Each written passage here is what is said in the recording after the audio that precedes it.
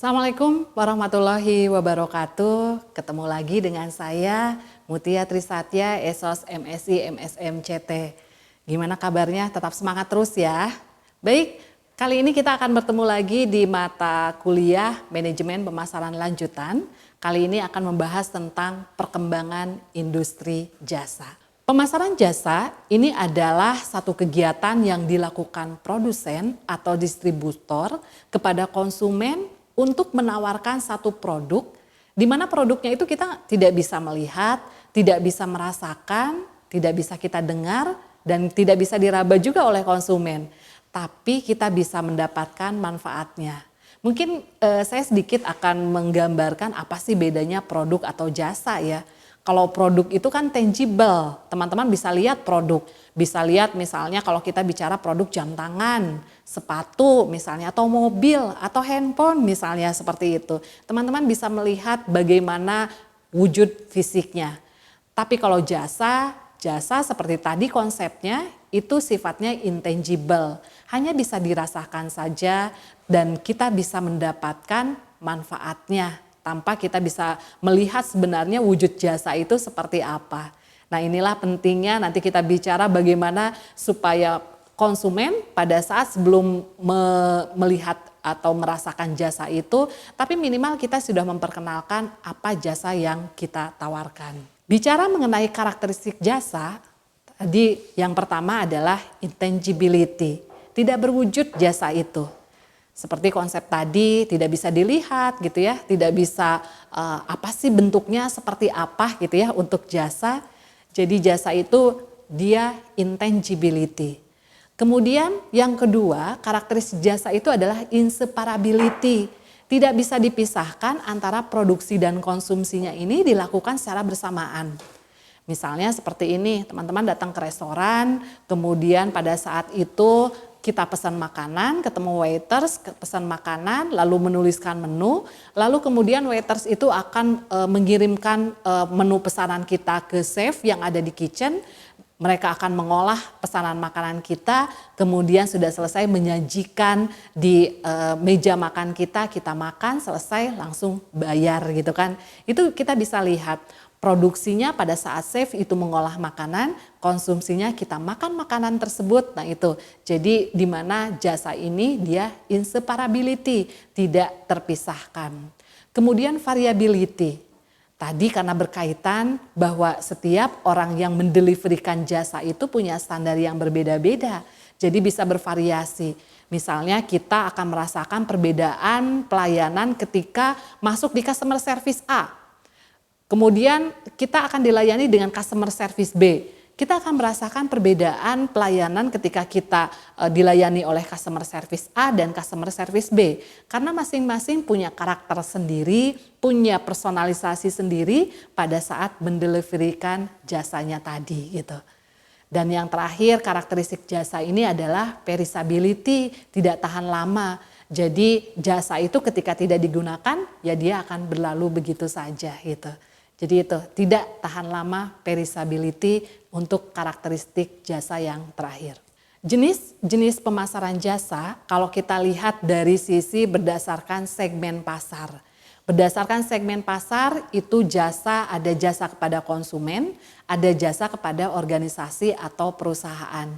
Jasa kepada konsumen itu contohnya misalnya kayak di hotel atau misalnya kayak kita tadi ke restoran, ke salon gitu ya, seperti itu jasa kepada konsumen kita sebagai end usernya gitu, seperti itu. Kemudian kalau kepada organisasi atau perusahaan, misalnya kita satu perusahaan industri jasa travel misalnya. Travel terus kemudian kita akan menangani layanan perjalanan paket wisata untuk perusahaan seperti itu. Nah ini karakteristiknya akan berbeda-beda. Dimana kalau jasa kepada konsumen kita hanya berhadapan dengan satu orang konsumen saja. tapi kalau kepada organisasi atau perusahaan kita akan bertemu dengan beragam karakter dari setiap orang yang ada di organisasi itu. Nah, inilah kemampuan kita bagaimana kita bisa menghandle dengan perbedaan karakter yang berbeda-beda, dengan keinginan layanan yang berbeda-beda, tapi kita bisa memuaskan konsumen kita, baik itu konsumen yang sifatnya personal maupun konsumen yang tadi dari perusahaan atau konsumen bisnis gitu ya, seperti itu. Nah, kalau dilihat dari berdasarkan tingkat perwujudan, jadi ada 3 macam, ada jasa penyewaan atau rental, kemudian jasa reparasi dan juga jasa personal. Kemudian kita lihat lagi di jenis yang ketiga, ini berdasarkan keterampilan penyedia jasa. Ada jasa profesional dan ada jasa non-profesional. Strategi dalam pemasaran jasa ini berpusat pada pelanggan karyawan. Jadi kalau dilihat teman-teman ada marketing triangle di situ. Marketing triangle di mana di atasnya ini, di atas segitiganya itu ada corporate, kemudian di bawahnya ini ada ada internal, ada eksternal. Internal itu adalah karyawan, eksternalnya itu adalah konsumen. Jadi kalau kita lihat di sini bahwa kalau kita bicara mengenai marketing triangle secara holistik gitu ya, seperti itu. Bahwa ternyata di mana corporate ini dia punya 2 konsumen, konsumen internal dan eksternal. Kalau dalam artian corporate ini melayaninya dua tadi gitu, dua aspek tadi, internal dan eksternal. Jadi sebenarnya corporate tidak hanya berpikir bagaimana bisa memberikan layanan yang baik dan memuaskan konsumen yang eksternal saja, tapi juga corporate juga harus memikirkan bagaimana memberikan layanan yang baik, fasilitas yang baik, dan kepuasan untuk konsumen internal. Kenapa harus seperti itu? Karena kalau kita bisa memberikan layanan dan fasilitas yang baik kepada konsumen internal, otomatis dia akan memberikan service excellent untuk eksternal. Internal kita akan berpikir bagaimana cara memuaskan karyawan, bagaimana berinteraksi dengan yang baik dengan karyawan, bagaimana menangani komplain gitu ya, seperti itu dengan konsumen, karena dia sudah terpenuhi dari sisi fasilitas, layanan dan sebagainya. Nah, kemudian yang keduanya dalam strategi pemasaran jasa harus mengelola diferensiasi jasa. Harus ada uniqueness-nya. Kembali seperti kayak produk, bagaimana kita melakukan diferensiasi, terus kemudian bagaimana kita menciptakan keunggulan dari jasa yang kita punya gitu ya, kayak gitu. Nah, itulah yang memberikan kesan yang mendalam. Karena kalau kita bicara jasa, kembali lagi bahwa people based service yang dijual adalah orang. Ketika kita membeli produk, mungkin kita akan bicaranya kepuasan kita adalah menilai produknya. Produknya kualitasnya bagus ya, warnanya bagus, desainnya dan sebagainya. Tapi kalau bicara jasa, dia akan menyorot kepada people-nya. Orangnya ramah pada saat memberikan layanan, senyum terus, hangat sekali. Dan saya merasa bahwa ketika saya misalnya menginap di hotel ini, rasanya menjadi second home saya gitu ya, seperti itu. Konsumen merasa ada hal seperti itu yang dia dapatkan, ada hal yang lain yang dia dapatkan. Nah itu bagaimana kita bisa mengelola diferensiasi jasa tadi. Kemudian kualitas jasa yang disediakan, kualitas jasa berarti kita bicara mengenai ada tangible, ada empati, ada reliability, ada responsiveness dan juga ada assurance-nya. Nah ini untuk bagaimana kita bisa menciptakan kualitas jasa yang baik. Dan yang terakhir bagaimana kita juga bisa mengelola produktivitas dari jasa itu sendiri agar kembali lagi bahwa jasa adalah untuk bagaimana untuk cara kita bisa memahami konsumen, bisa memberikan pelayanan yang terbaik buat konsumen, dan bisa memuaskan konsumen dalam segala hal. Bauran pemasaran jasa di video sebelumnya saya sudah banyak membahas tentang 4P dan 7P. Jadi di sini saya akan kaitkan bagaimana dengan kondisinya di jasa itu sendiri. Di dalam bauran pemasaran jasa di sini ada produk. Produk itu berkaitan dengan tadi desain, kemudian teknologi, branding, value, packaging, dan kualitas produk. Harga, kita bicara dengan komparasi dari pasar sendiri, psikologi pelanggan, harga bahan baku, dan sebagainya. Kemudian promosi, bicara iklan, diskon, kemudian giveaway, ada direct mailing dan sebagainya. Physical evidence, nah ini yang paling penting ya teman-teman, kaitannya dengan karakteristik jasa. Physical evidence di dalam jasa itu menjadi hal yang sangat penting. Karena disinilah penilaian orang ketika dia akan melakukan atau menggunakan jasa kita, dia akan melihat secara fisiknya. Apakah betul ketika dia sudah menggunakan jasa tersebut, dia bisa mendapatkan kepuasan dan kenyamanan dari jasa yang diberikan oleh perusahaan. Apakah itu yang akan nanti didapat?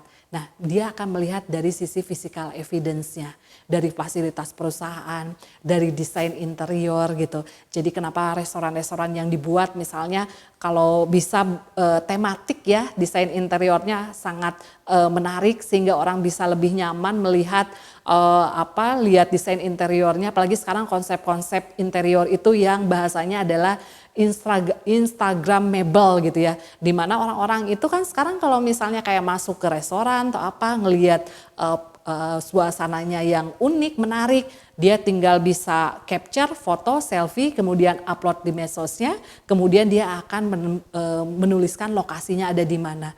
Dan ketika followersnya melihat, ini lokasinya bagus ya, keren, ini ada di mana nih, di restoran mana. Nah itu juga sebagai salah satu promosi kita, bagaimana caranya supaya kita bisa menciptakan satu physical evidence yang bisa menarik gitu ya, ketika orang pengen foto di situ, pengen memposting gitu ya, dan dengan cara seperti itu juga menjadi salah satu sarana promosi kita juga. Nah kemudian tadi bicara place tadi ya, bicara mengenai lokasi, dan yang paling penting lagi di sini ada people. People dalam service adalah suatu hal yang paling penting karena service ini selalu berdasarkan dari people-nya. Yang dijual adalah people-nya. Jadi selama people-nya ini bisa memberikan layanan yang terbaik buat konsumen itu sendiri, konsumen akan merasa terkesan dan ada sisi kepuasan. Kalau sudah terus seperti itu akan terbentuk loyalitas konsumen. Dijamin kalau misalnya people-nya bisa memberikan sesuatu hal yang lebih gitu ya, seperti itu, konsumen tidak akan pernah berpikir untuk pindah ke pesaing lain, cari produk yang lain, cari jasa yang lain, karena dia sudah mendapatkan apa yang dia inginkan di industri jasa yang ditawarkan. Nah, kemudian kita bicara proses. Proses ini terkait erat dengan pelayanan perusahaan. Bagaimana menjamin kepuasan pelanggan dalam proses bisnis. Nah inilah proses ini, jasa itu prosesnya pada saat itu juga. Konsumen merasakan itu juga. Ketika kita mau pakai Gojek misalnya, kita akan buka aplikasinya, seberapa cepat drivernya merespon kita gitu ya pada saat kita mau diantar. Lalu di situ akan ditulis berapa menit dari driver dari Gojek ini akan sampai di tempat kita. Kemudian dia juga akan ini adalah nomor plat mobilnya apa gitu ya, kayak gitu ya. Itu harus sesuai dengan apa yang ditampilkan gitu. Nah ini harus sama. Jadi kemudian setelah itu konsumen akan naik ke mobil tersebut, diantarkan ke tempatnya sesuai dengan apa yang sudah ada di situ, berapa menit dia akan sampai di tempat yang sudah ditentukan. Nah itulah proses yang dialami oleh konsumen dan konsumen bisa menentukan dia puas atau tidak setelah pada saat proses pelaksanaan jasa itu berlangsung. Audit pemasaran jasa di sini, ini ada yang sifatnya dia periodik, komprehensif, prosedur yang sistematis dan objektif. Kalau periodik, dia ini efektivitasnya ini dia bisa menentukan setiap saat gitu ya, setiap saat strategi yang diterapkannya. Kira-kira seperti apa nih responnya, strateginya kena atau apa, dia akan melakukan evaluasi seperti itu. Kemudian komprehensif bagaimana mengecek terus dari semua aspek yang terlibat dalam kegiatan marketingnya. Bicarakan prosedur, ini alurnya harus jelas ya, harus jelas ketika kita bisa jadi tahu kelemahan strategi kita itu di mana gitu. Kalau semua alur pada saat pemasaran jasa ini bisa dilakukan dengan jelas. pasti ada prosedurnya seperti apa. Kayak misalnya kayak gini teman-teman, prosedur pemesanan tiket kereta api misalnya. Kita bisa tahu prosedurnya kayak gimana, tinggal buka aplikasi atau webnya tiket kereta api, kemudian kita tinggal mengisi data dan menentukan rute kita kemana, kita dapat e-tiketnya, kemudian nanti sampai di tempat tujuan kita tinggal nggak harus boarding lagi. Kalau kita punya e-tiket tinggal scan barcode seperti itu dan kita bisa langsung duduk nyaman. Prosedurnya harus jelas gitu pada saat alur kita menerapkan pemasaran atau jasa yang akan diterapkan di layanan kita. Nah itu. Kemudian objektif di mana dapat dilakukan oleh orang atau pihak luar yang netral juga. Objektifnya di sini juga harus jelas pada saat kita melakukan audit pemasaran jasa. Ada beberapa hal di sini penyebab kegagalan dari pemasaran jasa. Yang pertama adalah harapan konsumen dan persepsi manajemennya. Jadi di mana konsumennya berharapnya tinggi, tapi ternyata manajemen memberikan layanan yang tidak sesuai dengan harapan gitu. Nah itu bisa menyebabkan kegagalan dari pemasaran jasa itu sendiri. Seperti halnya kadang-kadang suka kayak terjadi seperti ini ya teman-teman, kalau kita pesannya misalnya pesan Gojek pada saat misalnya pada saat data di situ dituliskan bahwa mobilnya ini gitu. Tapi pada saat sampai kok bisa pernah kondisi berbeda gitu ya, mobil yang kita tumpangi itu kok bisa beda gitu kan kayak gitu. Nah itu kan sebenarnya hal-hal yang memang harus segera diantisipasi. Jadi karena konsumen ini dia akan melihat sesuatu yang dia real, yang dia harapkan, dia berekspektasi sebelumnya seperti apa gitu. Makanya konsumen pada saat dia menggunakan jasa atau layanan, dia pada saat browsing, dia akan mencari profil kita, kemudian yang langsung dia cari adalah review dari konsumen lain itu seperti apa. Kalau kebanyakan reviewnya nggak puas, dia akan langsung skip. Tapi kemudian kalau reviewnya bagus, dia cerita tentang, wah restorannya misalnya luas, makanannya lengkap pada saat breakfast atau apa, otomatis yang tertanam di benaknya konsumen itu adalah seperti itu. Jangan sampai pada saat dia datang di tempat kita, ternyata berbeda dengan apa yang sudah ada di reviewnya itu berbeda gitu. Nah itu yang kita harus hati-hati karena ini menjadi salah satu penyebab kegagalan dalam pemasaran jasa. Kemudian tadi persepsi manajemen dan spesifikasi kualifikasi jasa. Kemudian kita juga lihat pada saat kita membuat kualitas jasa, tapi deliverynya beda gitu ya pada saat penyampaian jasanya.